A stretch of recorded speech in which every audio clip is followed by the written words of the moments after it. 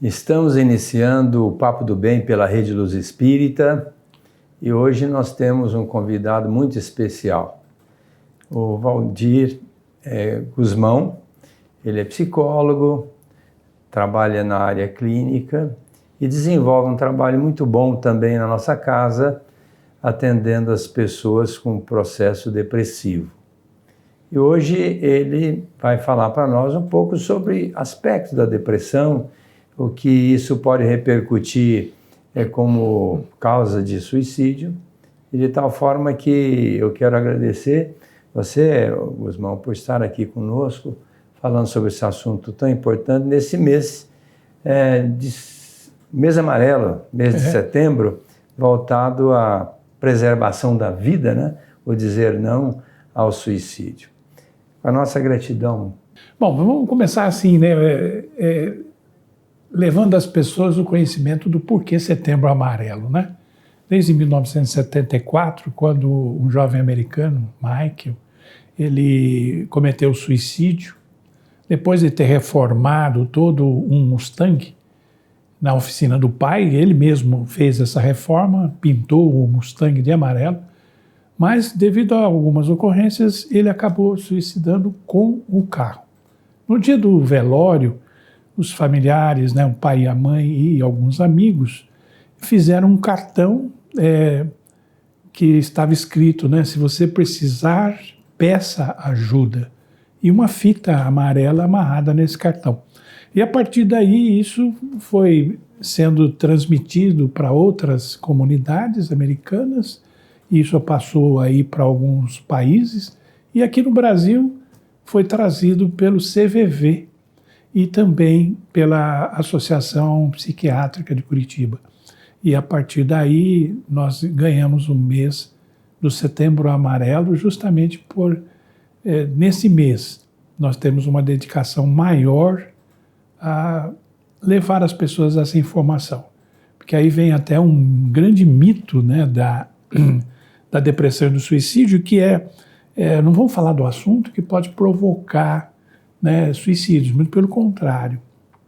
É falando do assunto que nós vamos conseguir reduzir, sendo que hoje o Brasil já tem um índice muito preocupante, né, nas estatísticas de morte por depressão, que é exatamente, nós estamos com 5,8 em segundo lugar, porque os Estados Unidos tem 5,9.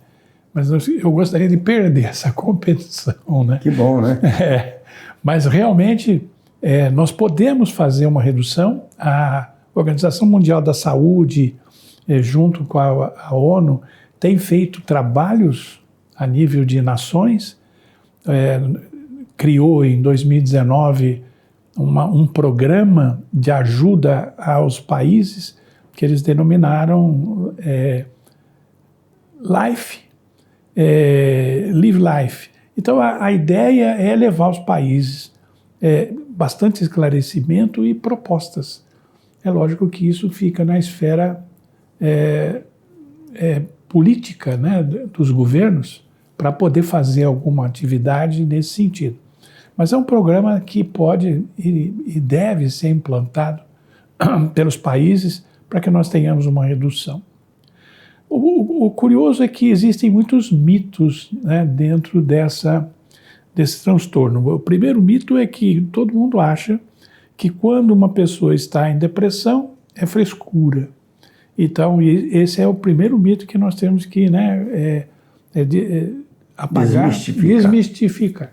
Porque realmente a ideia não é essa. A pessoa que está em depressão, ela está doente. A depressão é uma doença e deve ser tratada como tal. A manifestação dela, que é psicossomática, leva então à necessidade realmente de tratamento psiquiátrico, tratamento psicológico, e eu sempre enfatizo que deve existir também o tratamento nas suas crenças, na sua religiosidade. Isso porque eu acabo afirmando categoricamente, porque eu sinto que no consultório as pessoas que têm depressão e vão tratar, quando tem uma crença, elas fazem esse tratamento muito breve, de 6 a 9 meses. As pessoas sem essa crença, sem essa religiosidade, elas acabam ficando, né, e sempre passando de 2 anos no tratamento. Então é muito importante que nós tenhamos essas 3 frentes vetores. Muito embora eu acho que o maior remédio para a depressão ainda é o amor. Então aí vem o papel da família no tratamento das pessoas cometidas desse transtorno. Uma ideia que as pessoas também fazem, é que quando a pessoa pensa no suicídio, ela faz isso de uma forma impulsiva. E não é assim. A pessoa que já pensa, já tem pensamentos suicidas, ela já manifesta no seu diálogo, na sua conversa, nas atitudes. Então é muito importante a observação, né, dos amigos, da família, no sentido de fazer uma vigilância nas pessoas que estão no estado de depressão, porque piorando isso, com certeza elas já começam os pensamentos suicidas e acabam então tentando. As mulheres, na estatística, apresentam um maior número de tentativas, maior do que um pouco do que os homens. O sucesso das mulheres é menor do que o sucesso de suicídio dos homens. Os homens têm mais sucesso. E o número de vezes, às vezes, que nos surpreende é que a tentativa chega a ocorrer de 8 a 10 vezes antes dele conseguir o sucesso. Então, é importante que nós fiquemos em observação com essas pessoas. E como que pode ser essa observação? O próprio instrumento, né, de diagnóstico da depressão, que está no CID-10, nós temos aí algumas coisas que nos ajudam. Primeiro, a pessoa que entra em depressão, ela modifica a sua alimentação, ou ela exagera ou ela reduz. Outro ponto que pode ser observado é o sono, porque durante a depressão a pessoa tem dificuldade para dormir ou dorme muito. Então isso também é outro ponto de observação. Um terceiro, que se uma pessoa ela tem já uma atividade, um hábito de fazer alguma tarefa que ela gosta, deixar de fazer essa tarefa é um outro sintoma. A descrença, né? A desesperança, porque a pessoa não tem mais, não vê mais perspectiva, ela não quer mais, ela não encontra motivos para viver bem. Então isso tudo é um elemento que aparece no discurso da pessoa, porque ela pode dizer, eu não ajudo ninguém, eu não sou nada, eu não sou... Né? São aquelas frases diminutivas que levam o indivíduo realmente a fazer uma depressão, né, do seu sistema. Quando eu afirmei que ela é psicossomática, porque exatamente a causa da depressão vem antes no pensamento. E pena é que nós controlamos nosso pensamento. Porém, às vezes nós temos a impressão que é o pensamento que nos controla. E não é bem assim, porque nós temos a possibilidade de controlar o pensamento, porque se nós quisermos pensar uma coisa em qualquer instante boa, nós conseguimos fazer isso. E, no entanto, as pessoas às vezes pensam em tirar a própria vida, sendo que ela pode pensar o contrário. No exato momento que ela pensa uma coisa negativa, pensar uma positiva faz com que ela mude a emoção que ela está sentindo. Porque o pensamento é resultante das nossas emoções. Agora, essas emoções são causadas por todo o nosso processo vivencial, das nossas experiências. Então, hoje nós sabemos que a depressão ela pode ser hereditária. Nós não temos ainda o gene, né, isolado para poder afirmar, mas nós já temos cientificamente esses estudos que provam que aquela avó que vinha com depressão, que levou para a filha, que levou para a neta, e isso vem de forma hereditária. Eu afirmava isso nos estudos que eu tive anteriormente, que havia uma cognição, a criança aprendia os comportamentos depressivos e repetia. Então ela assistia a mãe e repetia esses comportamentos. Eu chamava isso, né, de depressão cognitiva, sendo que hoje nós podemos afirmar que é, na verdade, hereditária. Outras questões vivenciais que eu consigo separar aí em 3 classificações, só para que fiquem mais fácil o estudo e a compreensão, tem aquelas que são biológicas ou dizem respeito ao nosso sistema nervoso central e nosso sistema biológico. Então, por exemplo, a pessoa que usa drogas ou álcool, as duas estão na mesma categoria biológica, no sentido de que ambas interferem no sistema nervoso central. E o nosso sistema nervoso central, ele é puramente químico, né? Muito embora nós tenhamos uma interferência elétrica, né? O sistema nervoso central, ele conduz energia para os órgãos poderem se manifestar, mas ele também interfere no pensamento. Então é muito importante que nós saibamos que quando nós usamos a droga, o álcool, nós estamos modificando essa química neural. Por exemplo, o essencial para o circuito neural é o sódio e o potássio, que eles fazem trocas entre o que está dentro da célula nervosa e o que está fora, no seu meio. Quando nós ingerimos álcool ou drogas, há uma modificação nessa química orgânica. É lógico que o organismo, ele se adapta, né? Haja visto as pessoas que fumam, né? Elas começam a fumar, depois pode largar, mas ela não consegue, porque justamente o organismo, né, de 10 a 15 dias, ele faz perfeita adaptação a esses processos, mesmo no uso de drogas. E o que vai acontecendo é que cada vez mais nós precisamos de um volume maior, porque o organismo requer isso.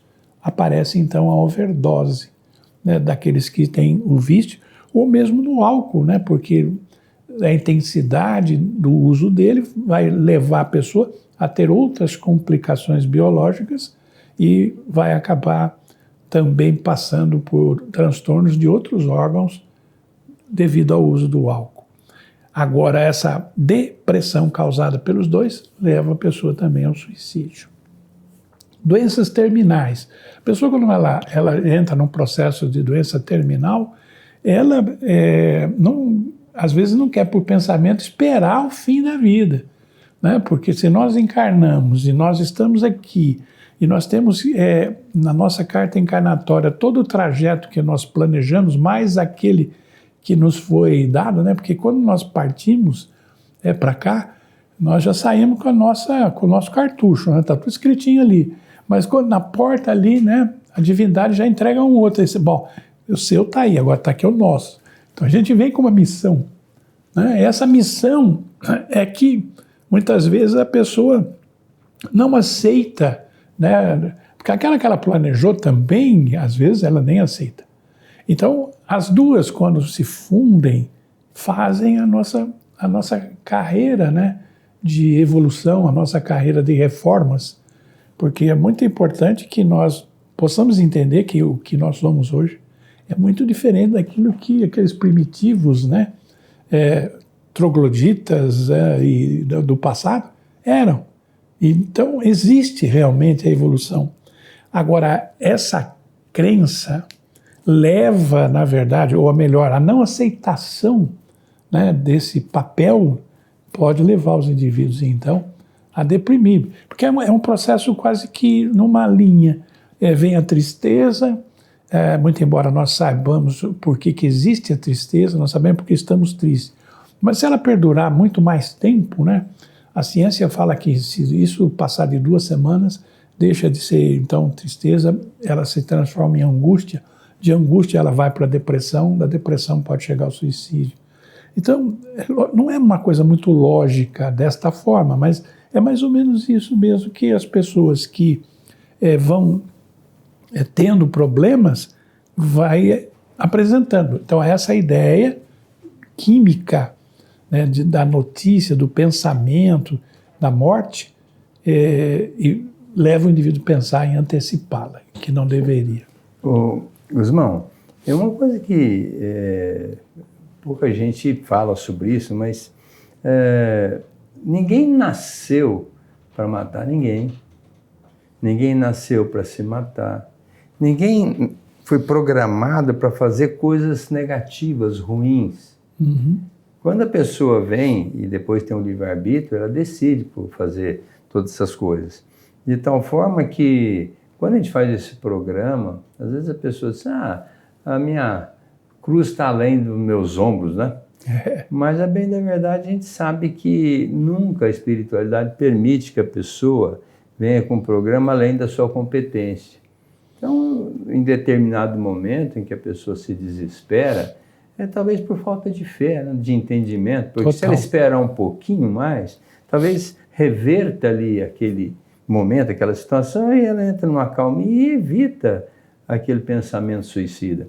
Agora, no caso do rapaz que motivou o Setembro Amarelo, o que poderia talvez fazer para que ele não entrasse nesse suicídio, uma vez que ele era uma pessoa de uma condição socioeconômica boa, talvez os pais dessem uma cobertura? O que você acha que poderia ter sido a causa, a razão desse moço se matar assim de uma hora para outra, depois de um carro bonito, reformado? Eu vejo assim, que hoje o mais importante é o papel da família. Porque a família, muito embora às vezes até se distancia dos filhos, mas estar junto dos filhos, em compreender até mesmo como é que é o desenvolvimento. Hoje, quando eu fico sabendo que alguém está grávida, a minha primeira preocupação é entregar um livro de presente do desenvolvimento infantil. Porque as pessoas acham que isso é uma coisa natural, ser mãe, ser pai, é uma coisa que está no sangue. Não está no sangue, está na mente. Então, nós temos que adaptar a mente para aquele novo estado. Então, às vezes, por melhor que os pais sejam, eles podem ser carinhosos, mas não ter a atenção. Aquilo que acontece sentimentalmente com os filhos é importante. E sendo que, às vezes, os pais contribuem para que o emocional sobressaia sobre o racional. E, na verdade, não é que um ou outro deve prevalecer o equilíbrio. São os pais que ensinam o filho a ter esse equilíbrio. Né? Porque e, ao mesmo tempo, pode desequilibrar o filho também, né? A grande maioria. Que já vem com a bagagem limítrofe e precisando da carência, da sua carência, dessa atenção, né, dos pais. Outro dia eu estava conversando com uma senhora que foi lá, avó, preocupadíssima com o filho que tem, com o neto que tem 15 anos, está se cortando, né? E a mãe é bipolar e casou-se pela segunda vez com outro moço lá que é extremamente neurótico. E agora esse menino ama a mãe, mas a mãe é uma criatura muito hostil. E está fazendo com que esse menino já pensou em suicídio, por isso que ela veio falar comigo, o que poderia fazer. Acho que tem até um problema espiritual através das manifestações desse menino. Mas a gente sabe que ali a causa, a razão, é realmente uma disparidade paternal, né? Porque aqueles pais estão num mundo totalmente à parte, e quando age na vida do filho, age de uma maneira totalmente desencontrada. E se não cuidar bem, eu ainda disse para a avó, olha, ele tem 15 anos, por que você não leva esse menino para morar com vocês? Os avós são equilibrados, amam o menino ama os avós, porque se vocês deixarem esse menino, e agora tem uma outra criança de 3 anos, e a mãe fala assim, eu não sei por que coloquei você no mundo, eu odeio você. O de 3, o de 15 já está totalmente desencontrado, né? Eu falei assim, olha, leva esse moço para morar com vocês, tira desse ambiente terrível, porque lógico que a gente quer que os filhos fiquem com os pais, né? Mas numa situação dessa, não é um perigo muito grande? É tratamento, né? Essa separação, pelo menos de corpos, é necessária para tratá-lo, né? Para que ele possa entender e se equilibrar e viver melhor, né? Muito melhor. Mas isso é uma coisa assim que a família é muito importante, porque por que nós então ficamos ali com as nossas memórias totalmente enclausuradas, totalmente cobertas de até 5, 6 anos de idade? Porque nós estamos aprendendo a viver esta vida com as coisas que vieram do nosso atavismo espiritual, de todas as coisas que nós vamos adquirindo, porque de 0 a 5 anos nós sabemos que o nosso egocentrismo vem nessa faixa etária. Né? Por quê? Porque sem ele nós não temos identidade. Agora, o que eu vejo hoje é que essa juventude, ela não tem identidade. Às vezes, ela é cópia da identidade do pai, é cópia da identidade da mãe. Né? Seria a mesma coisa de usar uma carteira mesmo de motorista do pai, né? Não é a dele. Não é dele. Ele a competência para viver. Mas, de qualquer forma, esses pais têm uma participação ativa na formação personalística desses filhos. Mesmo que eles não queiram entender ou aceitar isso, indireta ou diretamente, eles participam da formação desses filhos. Então, às vezes a gente fica pensando, mas tem que tratar dessa criança, mas na verdade tem que tratar dos pais, né? Dos pais. Porque se não tratar lá na origem, esse menino não vai suportar esse tipo de tratamento. Mas você sabe que é uma coisa muito curiosa, porque quando nós chamamos os pais para participar do tratamento do filho, não, mas o problema é com o meu filho. Eles não aceitam a ideia de que o problema é também deles. Às vezes nós podemos deixar um pouco em stand-by a criança ou o adolescente para cuidar dos pais. Às vezes é uma mãe, um pai que pressiona muito o filho para êxito, né, para sucesso, notas altas. Né? Isso leva a criança ao estresse. Esse estresse leva à depressão. E aí, não tem motivo porque meu filho, né, fez isso.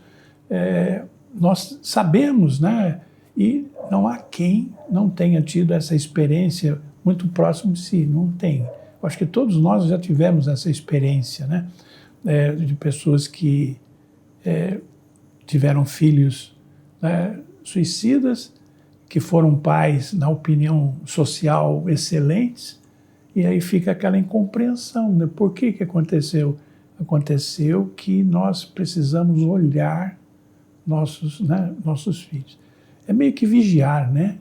Muita atenção, né? Atenção, porque não é uma atitude que nós deixamos de lado que vai salvá-los, mas é importante que estar junto, né, em qualquer tempo e sabendo do que ele pensa. E tem um detalhe, diz que o cão que ladra, ele não morde.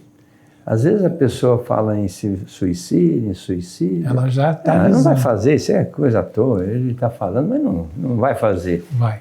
Olha, 30% deles fazem, né? Fazem. A minha experiência mostra que faz. Então, quando falar que não estou gostando dessa vida, ou que a vida não tem sentido, eu quero mais fugir dessa vida, tem que redobrar a atenção. E aí os pais têm que ficar muito vigios, muito atentos, porque essa criatura está gritando, né? Me socorra, faça alguma coisa por mim, porque senão esse será a minha definição, a minha decisão.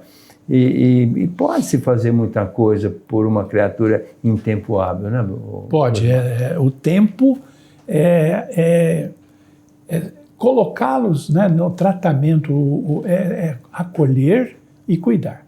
Porque eu sempre falo, já foi ao médico, porque existem tratamentos que sem o medicamento nós não vamos ter sucesso. Aí nós vamos ter mesmo o suicídio no meio do tratamento. Então, o remédio que o médico pode indicar é diferente nas pessoas. Uns precisam de remédio para dormir, outros para acordar, ou outros a quantidade é maior, ou outros a quantidade é menor, porque é o médico que tem conhecimento suficiente para fazer essa tratamento químico, né? Químico. E que é importante? É importante. Mas muitas vezes, mas eu tomei essa semana e não aconteceu nada, mas o medicamento só faz efeito de 10 a 15 dias. O organismo está se adaptando também àquele remédio, como no cigarro, como na droga, como na bebida. Então é muito importante esperar esse período. Aí, de repente, já estou bem, larga tudo. Aliás, quando já estou bem, eles pagam para a terapia, para o remédio, para tudo. Né? Como se tivesse com o problema resolvido. Né? E eu digo assim, realmente esse é o percurso. Para o remédio, para a terapia e para a vida. Porque ele se mata logo em seguida. Porque ele não tem mais suporte, né, para motivar-se, para continuar vivendo. Bom, nós estamos encerrando o programa.